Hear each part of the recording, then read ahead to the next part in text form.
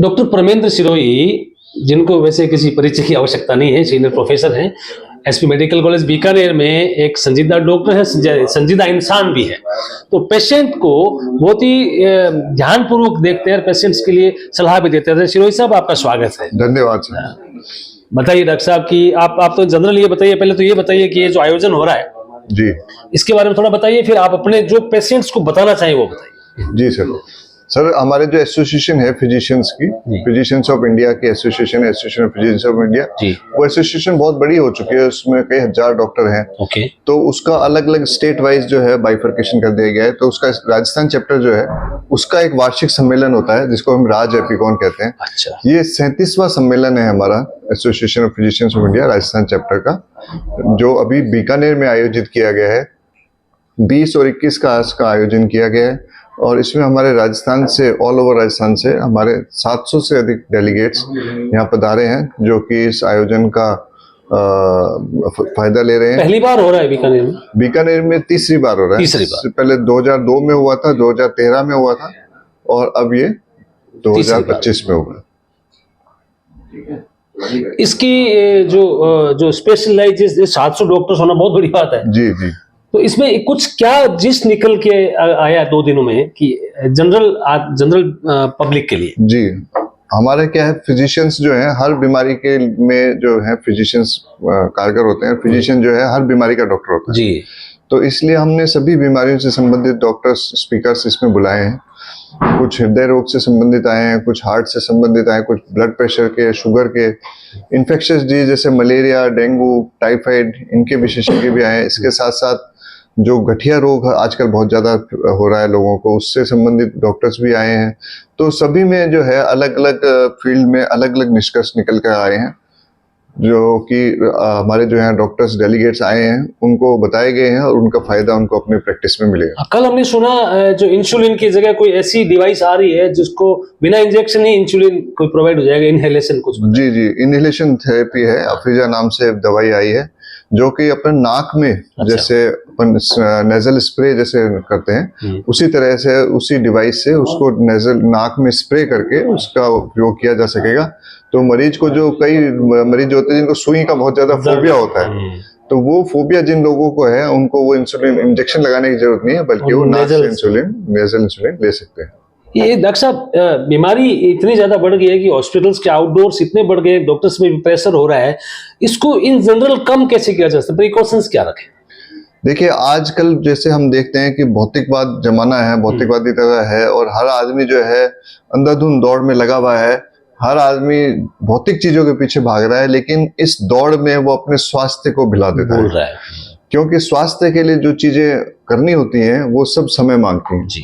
जैसे कि हम सबसे इम्पोर्टेंट चीज अगर हम देखें तो वो होती है हमारी नींद। हमें हमारा जो कम से कम 7 घंटे की नींद दिन में होनी चाहिए। आज लोगों के पास समय नहीं है, जल्दी उठ के लेट सोते हैं, तो फिर हमारी नींद सबसे पहले अफेक्ट होती है। दूसरा जो सबसे इम्पोर्टेंट चीज है वो है एक्सरसाइज, कसरत, व्यायाम। अब व्यायाम के लिए आप कुछ भी कर सकते हैं, चाहे आप योगा करें, चाहे आप घूमने जाएं, चाहे दौड़ लगाने जाएं, साइकिलिंग करें, कोई भी व्यायाम आप कर सकते हैं। सभी फायदे, खेलना भी व्यायाम में ही है, आप कोई भी खेल खेल सकते हैं, आउटडोर गेम, लेकिन ये सभी समय मांगते हैं। आप कम से कम कहीं जाएंगे, आएंगे, वहां रुकेंगे, कुछ करेंगे, तो कम से कम 1-1.5 घंटा आपको उसको देना पड़ेगा। आप क्या प्रेस्क्राइब करते हैं? मिनिमम से मिनिमम कितना वॉक करना चाहिए? हमारे जो स्टडीज हुई है उसके अकॉर्डिंग 1 हफ्ते में कम से कम 5 दिन आदमी को व्यायाम करना चाहिए और 1 दिन कम से कम 30 मिनट अपने को व्यायाम जरूर करना चाहिए। तो हम ये माने कि 1 हफ्ते में 150 मिनट हर व्यक्ति को व्यायाम करना चाहिए।